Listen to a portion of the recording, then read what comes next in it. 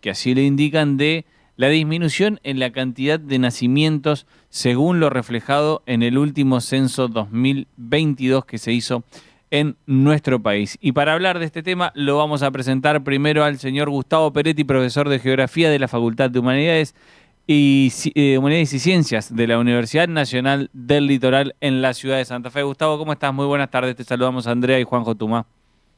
¿Qué tal? Buenas tardes. ¿Cómo estás? ¿Todo bien? ¿Todo tranquilo? ¿Todo bien? ¿Todo tranquilo? Bueno, Gustavo, planteamos un poco este tema en la mesa con Andrea, haciendo referencia a esta baja en la cantidad de nacimientos. ¿Esto es tan así? ¿De qué manera se ven estos números, al menos aquí en la ciudad de Santa Fe? Sí, efectivamente es así y bueno, es una tendencia que comienza a darse ya desde hace algunas décadas. O sea, a nivel de Argentina, si uno analiza los censos, uno puede ver que a partir de 1990 comienza a descender la participación de niños y adolescentes en la población total. En 1991 era del 30% y según los datos del último censo 2022, quienes tienen menos de 15 años solamente representa el 22% de la población, o sea, un descenso de 8%, ¿sí? de niños y adolescentes, podríamos decir.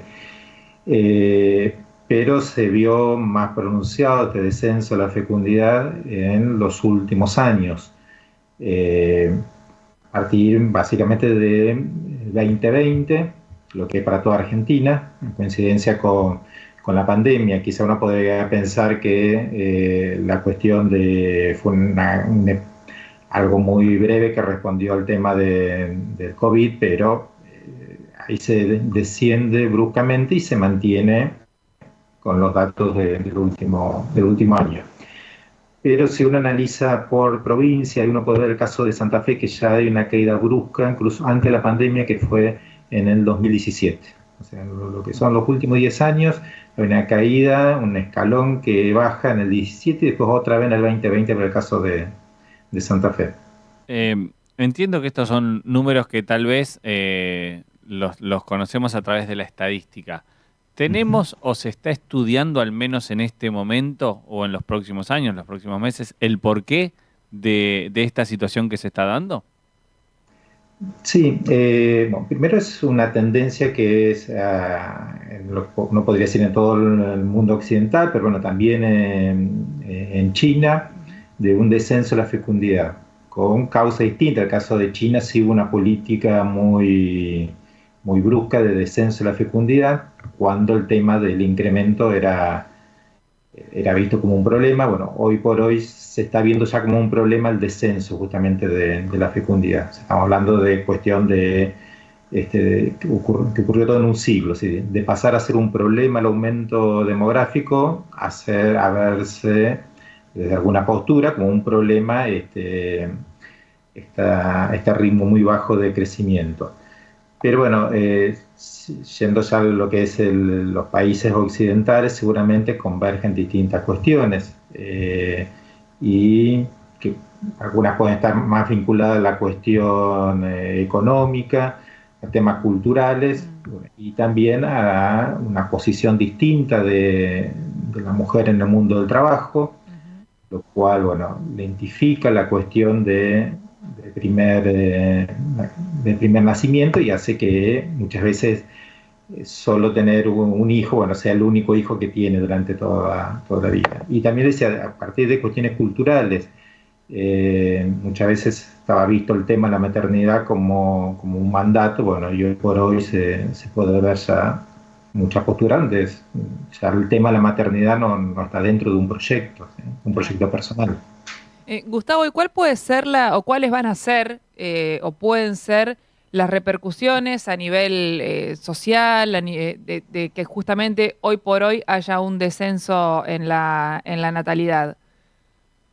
Sí, tendría varias cuestiones. Bueno, una, la cuestión, hay muchas posturas que lo ven como negativo, pero también habría que verlo que es una consecuencia también del desarrollo, ¿sí? El desarrollo en distintos aspectos. Uno, fundamentalmente el tema sanitario, que hace que por un lado, descenso de la fecundidad y por otro lado hay un aumento, estaban hablando antes de la esperanza de vida, o sea que la población vive cada vez más años.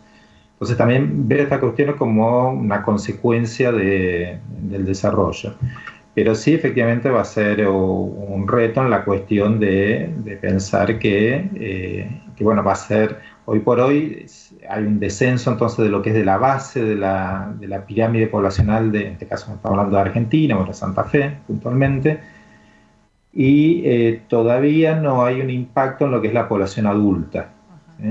Hay un corrimiento de los jóvenes a la población adulta. Hoy por hoy estamos pasando por lo que podríamos llamar un bono, una ventaja demográfica, donde hay muchos más adultos que la población que tendría que estar sosteniendo, o sea, que los adultos mayores y los niños y adolescentes. Bueno, esto se va a terminar en un momento donde va a ser cada vez mayor, sobre todo se va a terminar por la mayor presencia de adultos mayores. Entonces, bueno, efectivamente va a traer problemas que tienen que ver con toda la cuestión de la previsión social, ¿sí? Al haber muchos adultos mayores.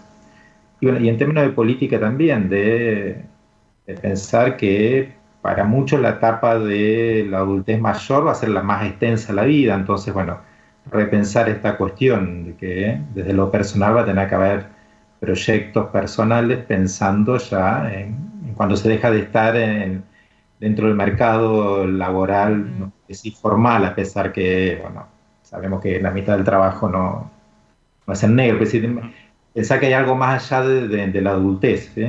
Claro. Porque va a ser una etapa muy extensa, ¿sí? Ay, yo me quería jubilar y quedarme tranquilo, me parece que no va a ser lo que voy a poder hacer por lo menos en los próximos años. Te vas a aburrir, Juanjo, porque no. justamente el tema es este, que después te queda mucha vida por Sí, delante bueno, todavía pero no para quiero hacer vivir. no quiero seguir trabajando después de jubilarme, creo que ese es el punto.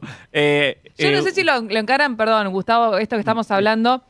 Por un lado, sí está la problemática de a lo mejor mucha gente que tiene que seguir con alguna actividad porque la jubilación para mantener la vida durante tanto tiempo a lo mejor no le alcanza, pero también está por lo otro, ¿no? A Por lo lo mejor otro, tienes una buena jubilación, pero los días hay que ocuparlos en algo. ocuparlos, ¿no?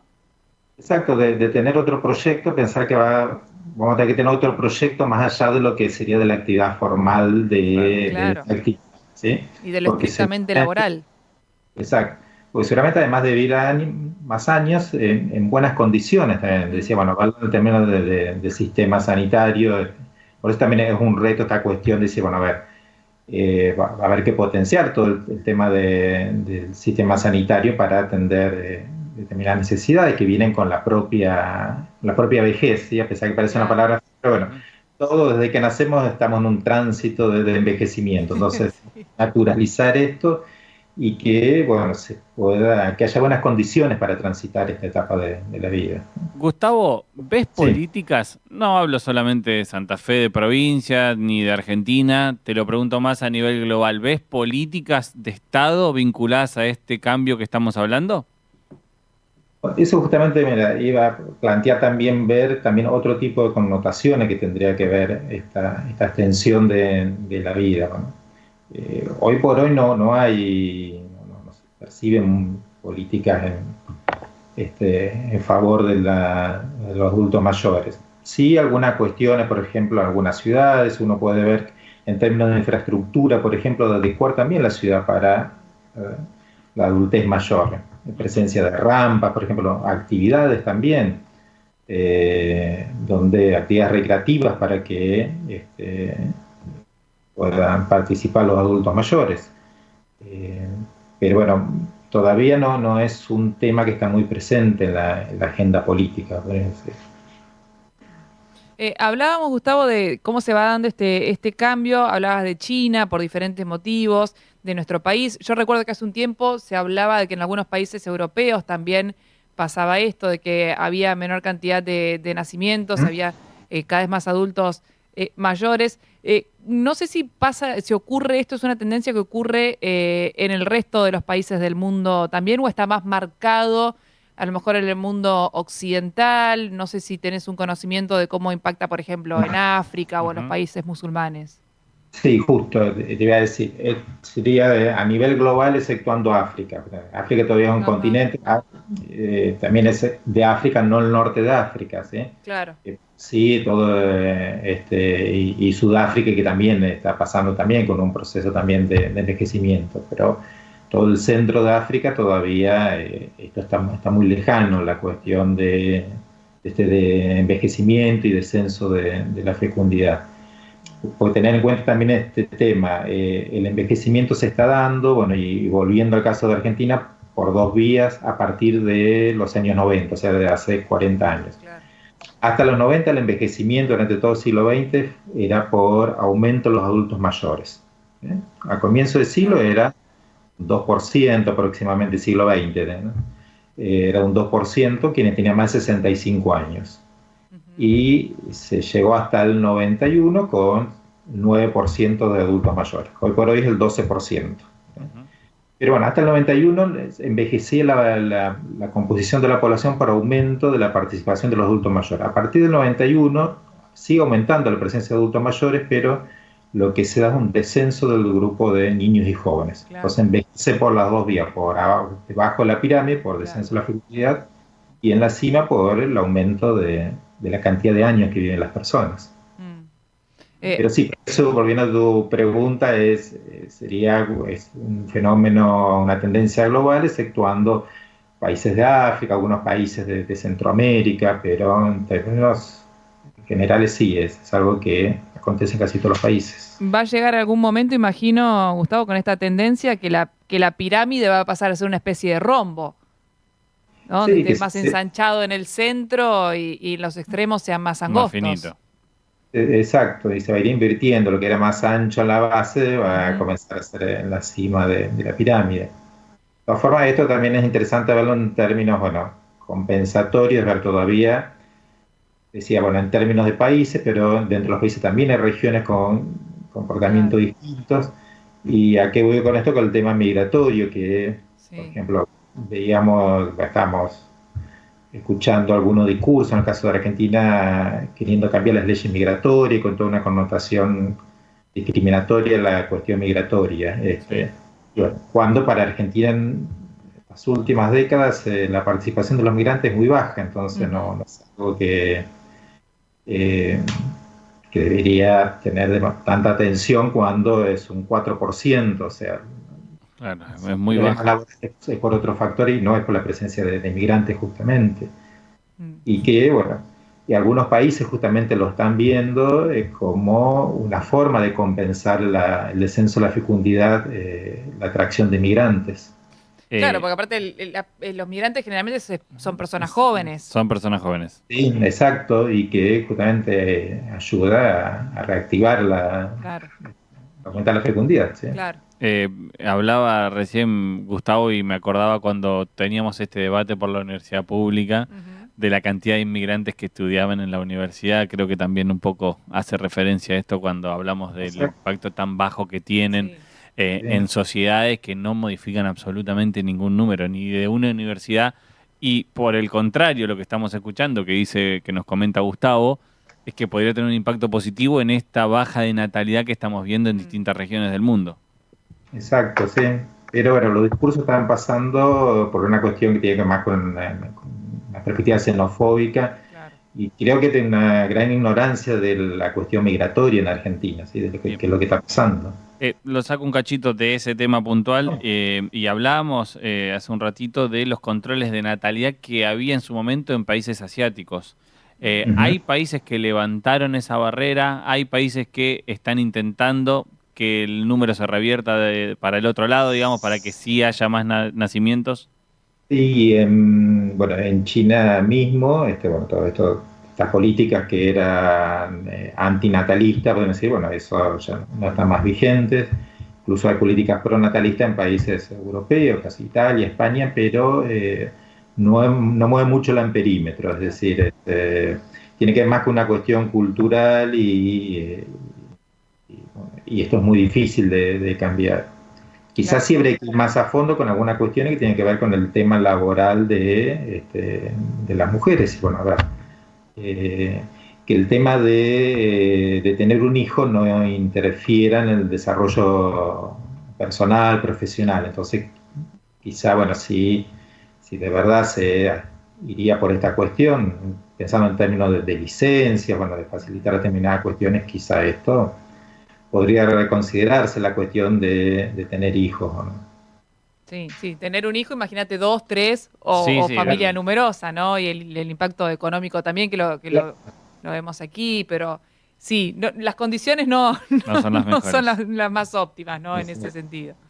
Era, por ejemplo, la semana pasada, ¿no? Un dato, creo que de España era, donde la cantidad de nacimientos de mujeres de 40 años era igual que de las mujeres de 24 años. O sea, Mira. Ajá. entonces, bueno,